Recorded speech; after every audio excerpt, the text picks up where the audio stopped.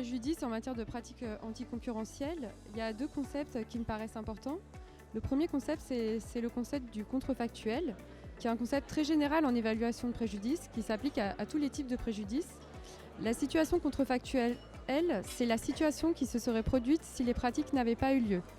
Et pour quantifier un préjudice, on doit comparer la situation réelle, c'est-à-dire la situation observée, avec cette situation contrefactuelle. Le scénario contrefactuel, il est par nature hypothétique, imaginaire, et il repose donc sur tout un tas d'hypothèses.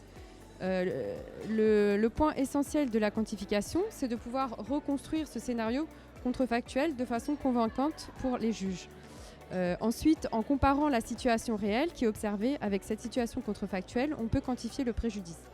Par exemple, si on veut calculer l'effet d'une pratique sur les profits, il faut observer les profits dans la situation réelle, construire les profits qu'on aurait observés dans la situation contrefactuelle, c'est-à-dire si la pratique anticoncurrentielle n'avait pas eu lieu, et comparer les deux.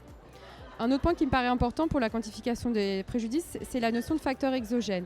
Les facteurs exogènes, c'est tout un tas de choses qui vont affecter la variable qui nous intéresse, donc par exemple les prix ou les ventes, et qui vont impacter cette variable au cours du temps et qui n'ont rien à voir avec la pratique anticoncurrentielle. Quand on va reconstruire le scénario contrefactuel, il faut tenir compte de ces facteurs parce qu'il ne faut pas attribuer aux pratiques anticoncurrentielles des effets qui sont liés à des facteurs qui n'ont rien à voir avec ces pratiques. Pour donner un exemple, si on quantifie l'effet d'un cartel sur les prix, on voit que dans le temps, les prix sont affectés par tout un tas de facteurs. Si on considère qu'il faut comparer les prix avant le cartel avec les prix pendant le cartel pour estimer le préjudice, il faut tenir compte par exemple de l'évolution des coûts de production des cartellistes qui viennent également affecter les prix et qui n'ont rien à voir avec le cartel. Si ces coûts ont augmenté entre avant le cartel et pendant le cartel, il ne faut pas attribuer la hausse de ces coûts à l'effet du cartel.